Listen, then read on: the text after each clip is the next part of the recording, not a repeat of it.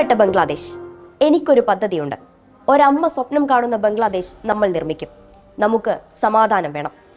ധാക്കയിലെ ഹസ്രത് ഷാജലാൽ വിമാനത്താവളത്തിൽ തടിച്ചുകൂടിയ ജനങ്ങൾക്കിടയിൽ നിന്ന് അയാൾ കൈ ഉയർത്തി അഭിവാദ്യം ചെയ്തു. ആർപ്പുവിളികളും കരഘോഷങ്ങളും വകഞ്ഞുമാറ്റി കനത്ത സുരക്ഷാ വലയത്തിൽ അയാൾ പുറത്തേക്കിറങ്ങി. തന്റെ ഷൂസ് അഴിച്ച് സ്വന്തം മണ്ണിൽ കാലുകുത്തി. ശേഷം ഒരു പിടി മണ്ണ് വാരിയെടുത്തു. കൈവെള്ളയിൽ മുറുകെ പിടിച്ചു. 17 വർഷത്തെ പ്രവാസം അവസാനിപ്പിച്ച് താരിഖ് റഹ്മാൻ ബംഗ്ലാദേശിലേക്കുള്ള വരവറിയിച്ചത് ഇങ്ങനെയാണ്. ആ ആത്മവിശ്വാസം വെറുതെയായില്ല. ട്രംപ് മോഡലിൽ ബംഗ്ലാദേശ് ഫസ്റ്റ് എന്ന അജണ്ട മുന്നോട്ട് വെച്ച് രാജ്യത്തെ അസ്ഥിരതകളെ BNP ജയിച്ചു കയറിയിരിക്കുന്നു. ഇനി ബംഗ്ലാദേശിൽ താരിഖ് റഹ്മാൻ യുഗം. ഡാർക്ക് പ്രിൻസ് അയൽ രാജ്യത്ത് പ്രധാനമന്ത്രിയാകുമ്പോൾ ഇന്ത്യക്ക് അത് ഗുണം ചെയ്യുമോ? ബംഗ്ലാദേശിൽ ആദ്യ ഇസ്ലാമിക സർക്കാർ ഉണ്ടാക്കുകയെന്ന ലക്ഷ്യം പാളിയെങ്കിലും തന്ത്രപ്രധാനമായ മേഖലകളിൽ തലപൊക്കിയ ജമാഅത്തെ ഇസ്ലാമി ആശങ്കയ്ക്ക് ഇടയാക്കുമോ? ബംഗ്ലാദേശിലെ പുതിയ രാഷ്ട്രീയ അധ്യായം ഇന്ത്യയെ എങ്ങനെ ബാധിക്കും? 2024 ജനകീയ പ്രക്ഷോഭത്തെ തുടർന്ന് ഷെയ്ഖ് ഹസീന സർക്കാർ പുറത്തായതിനു ശേഷമുള്ള ആദ്യ പൊതു തെരഞ്ഞെടുപ്പ്. 3 പതിറ്റാണ്ട് കാലം ബംഗ്ലാദേശ് രാഷ്ട്രീയത്തിൽ അവിഭാജ്യ ഘടകമായ അവാമി ലീഗിന്റെ വോട്ട് ചിഹ്നമില്ലാത്ത തിരഞ്ഞെടുപ്പ്. താരിഖ് റഹ്മാൻ എന്ന ഹസീനയുടെ എതിരാളി നാട്ടിൽ തിരിച്ചെത്തി രാഷ്ട്രീയത്തിൽ സജീവമായ തിരഞ്ഞെടുപ്പ്. അധികാരം കയ്യിലില്ലാത്ത കഴിഞ്ഞ 20 വർഷം BNP സ്വപ്നം കണ്ട തിരഞ്ഞെടുപ്പ്.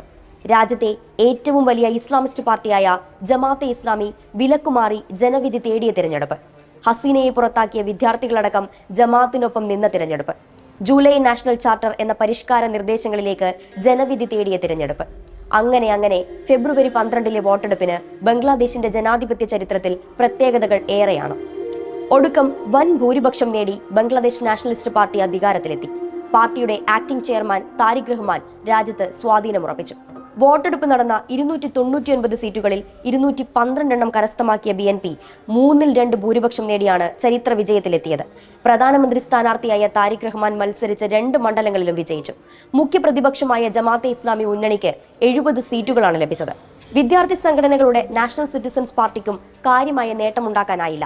ജൂലൈ ചാർട്ടർ നടപ്പാക്കാനുള്ള ഹിതപരിശോധനയിൽ ബഹുഭൂരിപക്ഷവും അനുകൂലമായി പ്രതികരിച്ചു എന്നാണ് റിപ്പോർട്ടുകൾ വന്നത്.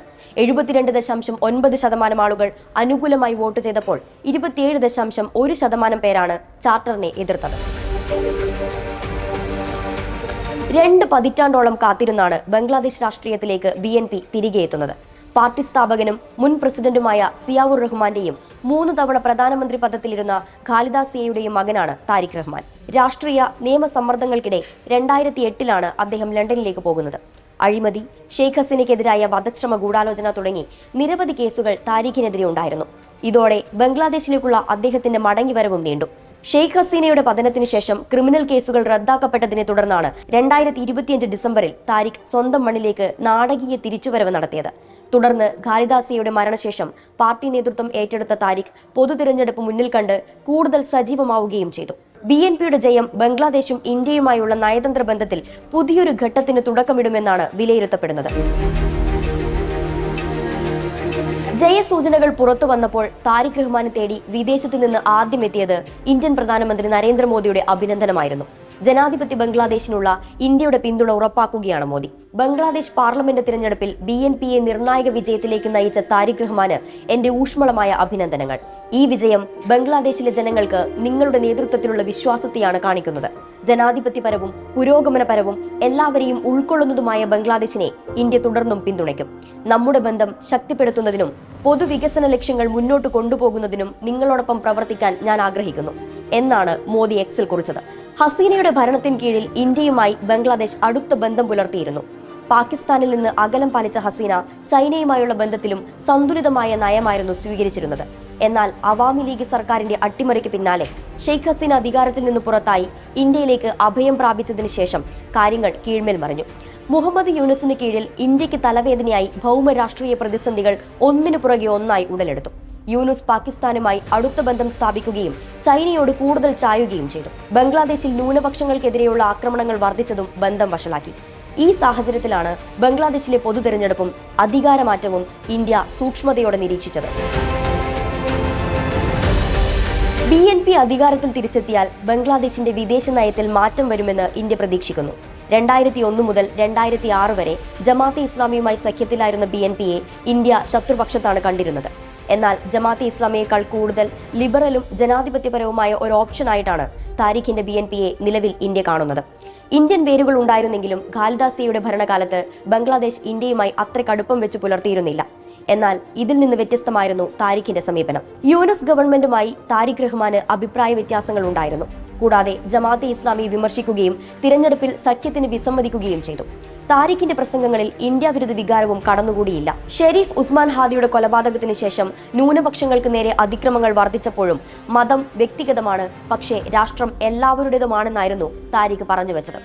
ട്രംപിന്റെ അമേരിക്ക ഫസ്റ്റ് എന്ന മുദ്രാവാക്യം മാതൃകയാക്കി ബംഗ്ലാദേശ് ഫസ്റ്റ് എന്ന വിദേശ നയത്തിന് രൂപം നൽകിയ താരിഖ് ഇന്ത്യ, ചൈന, പാകിസ്ഥാൻ തുടങ്ങിയ പ്രാദേശിക ശക്തികളിൽ നിന്ന് ബംഗ്ലാദേശിനെ തുല്യ അകലം പാലിച്ച് നിർത്തുമെന്നാണ് വ്യക്തമാക്കിയിരുന്നത്. ചൈനയോടും പാകിസ്ഥാനോടും ചായ്വ് കാട്ടിയ യൂനുസിൽ നിന്ന് വ്യത്യസ്തമായ ഈ സമീപനം ഇന്ത്യയെ സംബന്ധിച്ചിടത്തോളം ശുഭസൂചനയാണ്. അതേസമയം 4000 കിലോമീറ്റർ അതിർത്തി പങ്കിടുന്ന ഇന്ത്യയുമായി ഊഷ്മളമായ ഒരു ബന്ധത്തിന്റെ അനിവാര്യത താരിഖിനറിയാം. അതുകൊണ്ട് തന്നെ ഇന്ത്യയുമായുള്ള ബന്ധം പുനഃസ്ഥാപിക്കുന്നതാകും അധികാരത്തിലെത്തിയാൽ താരിഖിന് മുന്നിൽ നിർണായകം. സമീപകാലത്ത് ഇന്ത്യയുടെ ഭാഗത്തു നിന്ന് ഇതിനായി ചില ശ്രമങ്ങൾ നടക്കുന്നതായും കാണാം.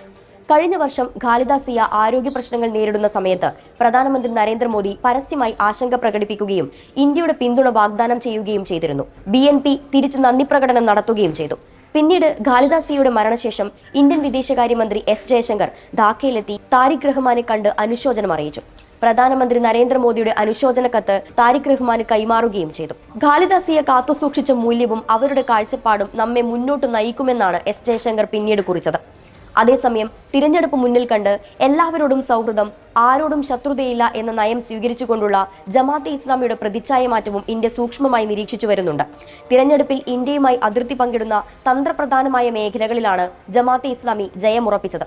ഗ്രാമീണ മേഖലകളിലെ പള്ളികളും മദ്രസകളും കേന്ദ്രീകരിച്ചുള്ള ശക്തമായ ശൃംഖലയുടെ ഫലമാണിതെന്നാണ് വിലയിരുത്തൽ. ഇത് തീവ്രവാദ ഗ്രൂപ്പുകൾക്ക് മേഖലയിൽ സ്വാധീനമുറപ്പിക്കാനും അവർക്ക് കൂടുതൽ സുരക്ഷിതമായ ഒളിത്താവളങ്ങൾ ഒരുക്കാനും കാരണമായേക്കാമെന്നാണ് സുരക്ഷാ ഏജൻസികൾ മുന്നോട്ട് വെക്കുന്ന സംശയം. ന്യൂനപക്ഷ വിഭാഗങ്ങളെ കടുത്ത സമ്മർദ്ദത്തിലാക്കിയേക്കുമെന്ന വിലയിരുത്തലുകളും വരുന്നുണ്ട്. ലോകത്തെവിടെയായാലും ഏത് സമയത്തും 24 വാർത്തകളും ഓഗ്മെന്റഡ് റിയാലിറ്റി പാക്കേജുകളും എക്സ്പ്ലെയിനറുകളും വിശദമായി കാണാൻ ഞങ്ങളുടെ YouTube ചാനൽ നിങ്ങൾക്ക് സബ്സ്ക്രൈബ് ചെയ്യാം.